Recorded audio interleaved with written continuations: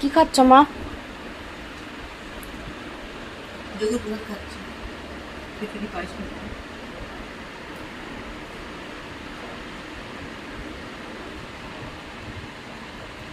কেমন হয়েছে? হেভি যদু, খুব ভালো যদু। মনে বললাম এসো, নিয়ে না তোমরা। আমি যে কি ভালো লাগে বলছি, শুধু দেখি বলবো দিদি। মায়ের কিন্তু রাতে ডিনার হয়ে গেছে। রাতে লুচি, সয়াবিনের তরকারি, সুজি, হালুয়া সব আমার ফাটিয়েছে।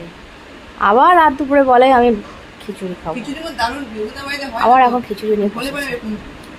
আমি কত বকাবকি করছি, শরীর খারাপ করবে, খেও না, মুগের একটু ডাল দিয়েছি। রাত্রিবেলা খেও না। শুনবেই না, সেই না আমাকে দে একটু দে। বাচ্চাদের মতো জেদ করে নিয়ে বসেছে দেখো। আমার খুব ভালো লাগে গো বন্ধুরা, খিচুড়ি খুব ভালোবাসি, কিন্তু আমার মেয়ে খায় না, আমার বাড়িতে হয় না। এটুকু সৌজন্য হয়েছে, খেলাম, এখনো রাখা আছে, পরে খাবো। বন্ধুরা, আমি একটু পাঠিয়েছি, দেখো জরুকে ইয়ে করেছি, পুজো করেছি, ডেকেছি আমার বাড়িতে।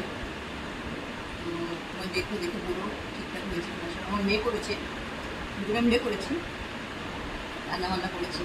এই রান্নাটা আমি করে দিই চিরকাল, যতদিন ধরে পেটে চুপে রান্নাটা আমি করে দিই ওকে। যেমনই শরীর ঠিক বিশ্বাস করো, এত আমার কীরকম উচ্চক্ষী অবস্থা, খুব শরীর খারাপ হয়, তার মধ্যেও ও কীভাবে করিয়ে নেয় কি জানি। এক তো ঠাকুরের বাসন মাজা, রান্নার বাসন মাজা, রান্নাঘর ঝাড়া মোছা, তারপরে বাসন করা, আবার এই কালকে এত বাসন, দেখো বাসনটা দেখা আরও আছে, এত বাসন এখানে আছে, আরও রান্নাঘরে আছে, এত বাসন।